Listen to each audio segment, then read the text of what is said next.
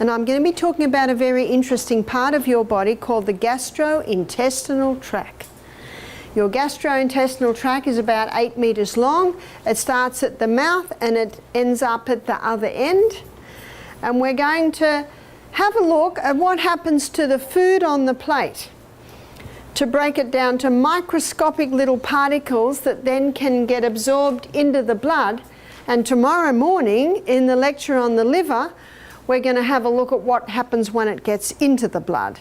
But in this lecture, we're going to look at the fascinating process that breaks that food that you're probably dreaming about, that you had Sunday lunch, to microscopic little particles, absorb it into your blood. And all the food goes into the mouth. So the mouth is the first organ of digestion. The mouth is the only area that we have say over when it goes in, we have say over what goes in, we have say over the environment surrounding when it goes in. We also have say over how long it's actually in the mouth. And we also have say over how often it goes in. So this is basically the only area that we have total say over. The mouth's pH is an alkaline pH, and there are only 2 food groups that are broken down in the mouth. A lot of people don't even realize that anything starts its breakdown in the mouth. The enzyme that's released in the mouth that breaks down starch is called ptyalin.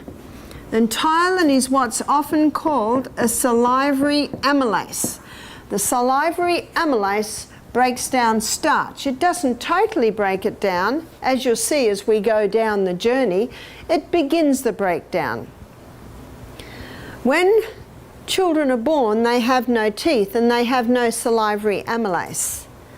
And the first teeth children have when they're, or develop, usually at around the age of 7, 8, 9, 10 months, 11, 12 months of age, are 4 top teeth and 4 bottom teeth. And those teeth are called milk teeth. Do you know why? That's all baby should have, is milk. But it's also taste time. That's a good time to let your baby have a stick of celery to have a little suck on. Maybe a little bit of apple in a net bag to have a suck on. Maybe a little bit of cucumber to suck on. Maybe a little bit of steamed bean to suck on. It's taste time. And when baby is slowly introduced to food like that, it gives their gut time to adjust to the new flavourings coming in. The next teeth that come through are the molars. Now the molars come through back here. Molars grind. And when the molars are fully through, then ptyalin is released by the glands in the mouth, and ptyalin breaks down starch. You see, what we grind, that is your grains. So until the molars are there, baby should not have any grain. And what's the first food that mothers are told to give baby as a rule?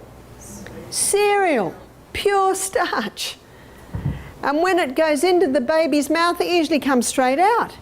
Because until the baby has teeth, and even when the baby has teeth, because my babies were breastfed for several years, they suck with their tongue and their top lip.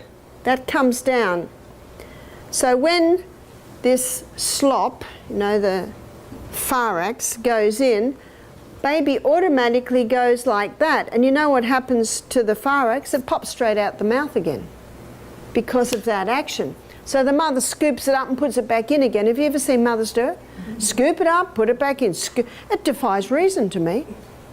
It just defies reason. You know, children should not be eating till they can sit, till they can feed themselves, until they've got teeth to chew it with.